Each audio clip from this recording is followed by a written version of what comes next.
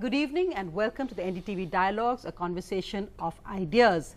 This week has seen a tectonic political shift. The election of President-elect Ram Nath Kovind has represented many things. It's represented a powerful symbol of social empowerment.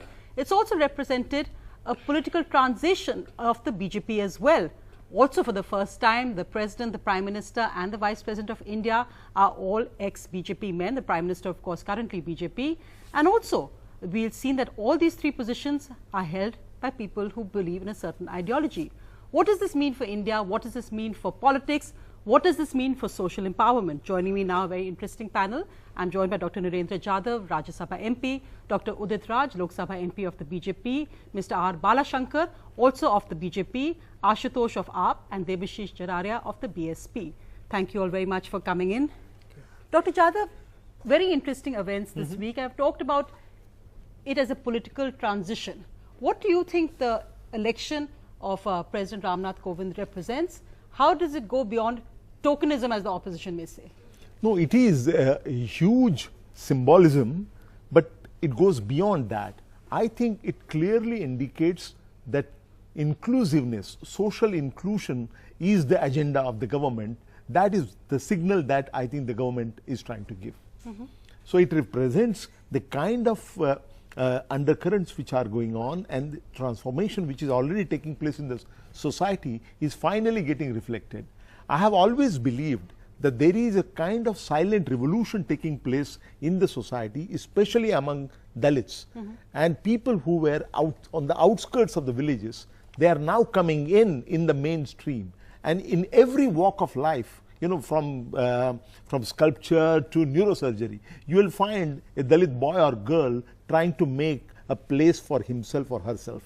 So this needs to happen on a much bigger scale, but it is happening, and this transformation that is taking place in the society is, I'm very glad, is now reflected in the selection of the new president of Let me bring Mr. Balashankar, because on the political transition, because you've written in your column this week, sir, of the whole how the Mandal-Kamandal politics has almost come now full circle. Yeah. What did you mean by that in the social transformation of the BJP and actually the reigning polity as well now?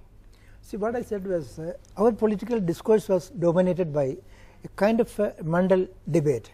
So Mandal politics dominated Indian polity for a long time, for 3 decades almost. But now Narendra Modi has given a new narrative, and a new political narrative that he has brought in, that is Sabka Saath, Sabka Vikas. So we are becoming the synthesizing factor. We are trying to assimilate all sections of the society and give one whole united front.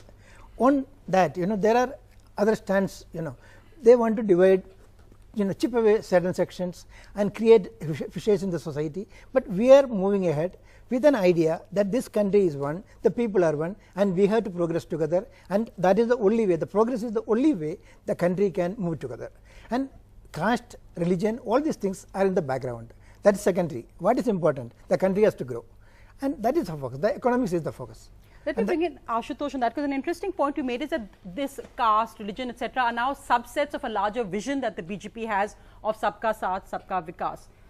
Do you agree that in that sense the symbolism of not just President-elect Kovind but also of Venkaiah Naidu taking over as Vice President, the Prime Minister Modi, even when he came in 2014, has represented now a complete shift of the BJP, say, Brahminical discourse or an upper caste ideology, as they're accused of by the opposition, and it has now come full circle, and that's something which will also be pave a way in 2019.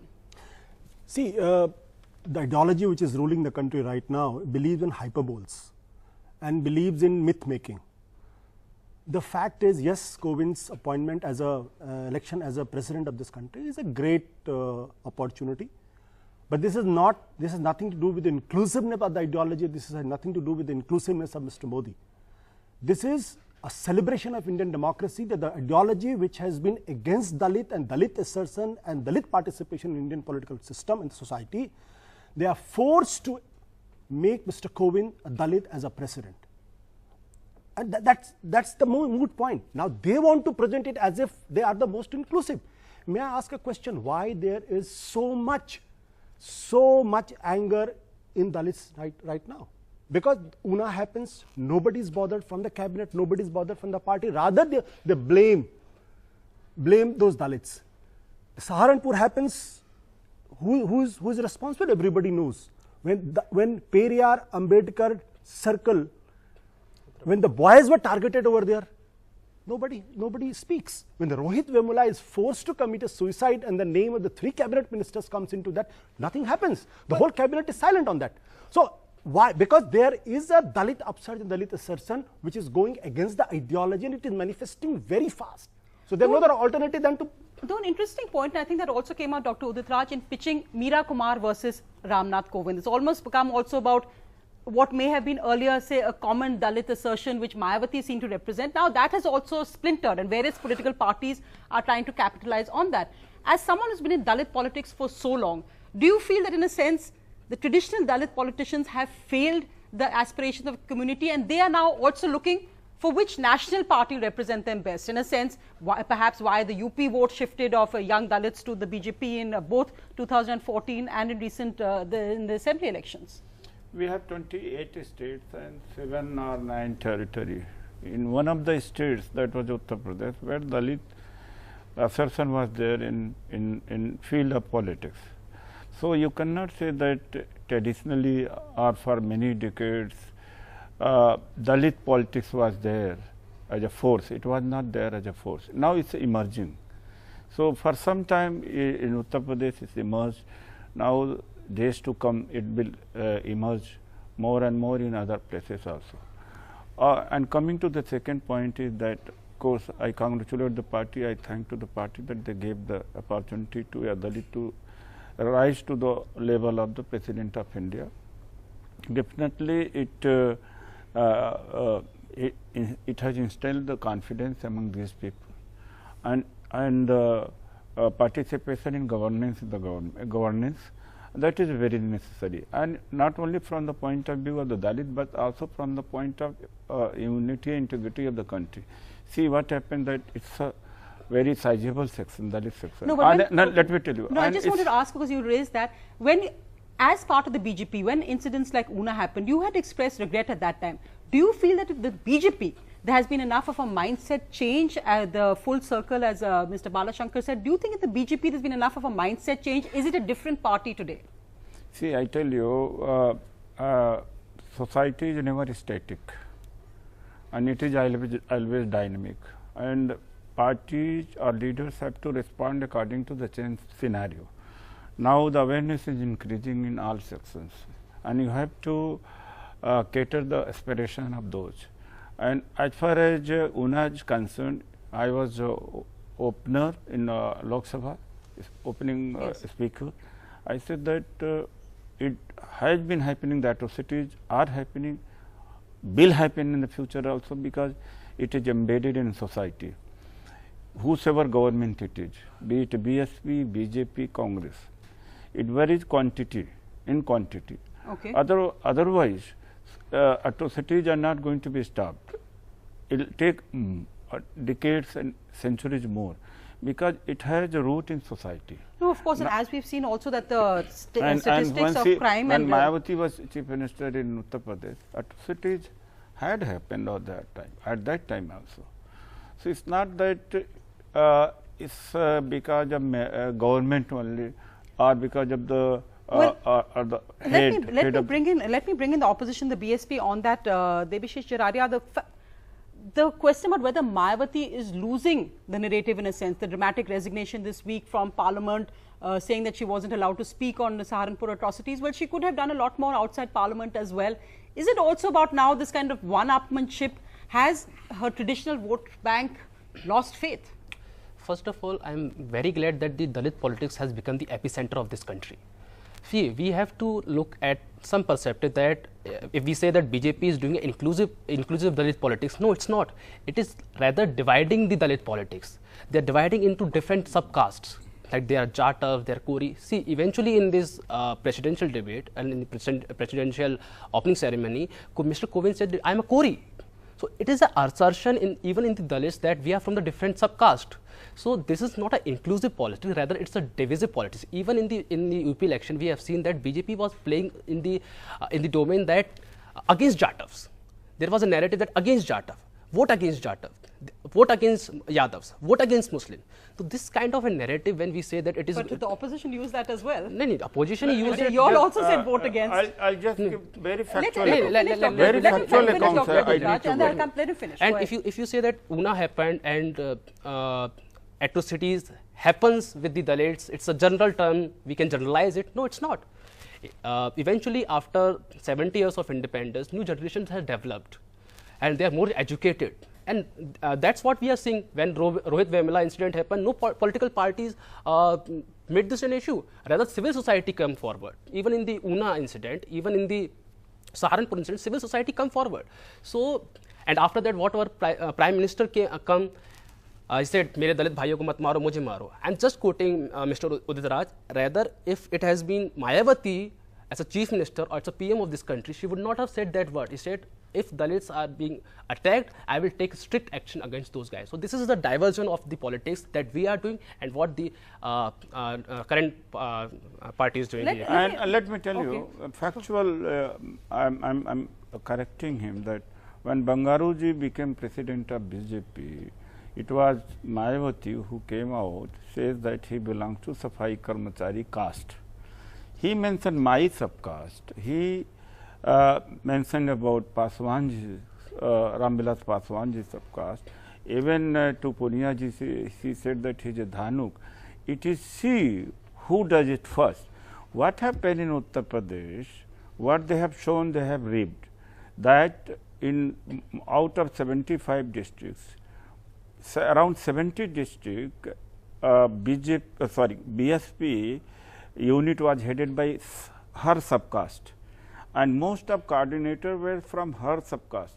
What happened? Other subcaste of Dalit, B Khatik, B Pasi, B Dhanuk, B Koli, B Kori, they got frustrated, and Rajbhar, and that's why at times when they got the space, they understood the point, they drifted away.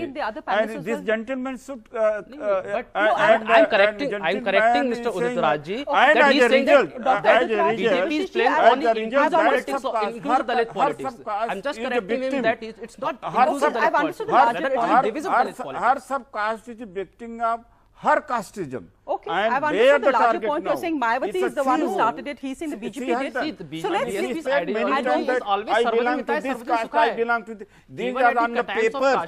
These are on the paper. You go and do it, Google, on your channel only in 2001. I became Buddhist. I agree with your larger point, but I'm saying let's take it beyond. He belonged to minority caste. He mentioned my subcaste. Mayawati. It's a Mayawati who the number one in the country. So let's move it beyond the political tutu meme to get to, as I said, the larger issues of social empowerment. Let me bring in Dr. Jadhav, who is the non-politician in the panel. In fact, Dr. Jadhav, interestingly, part of the Manmohan Singh NAC and also nominated by this government. So you have a unique position of observing it. An interesting thing, when Meera Kumar had given an interview after she was nominated, she talked about the fact that even when she was a IFS officer, even if she was a speaker, that people would serve her tea and they would still give separate cups. Even when President Kovind in his acceptance speech made this point that, you know, I dedicate this to many other Kovinds who have surpassed odds to come where they are today.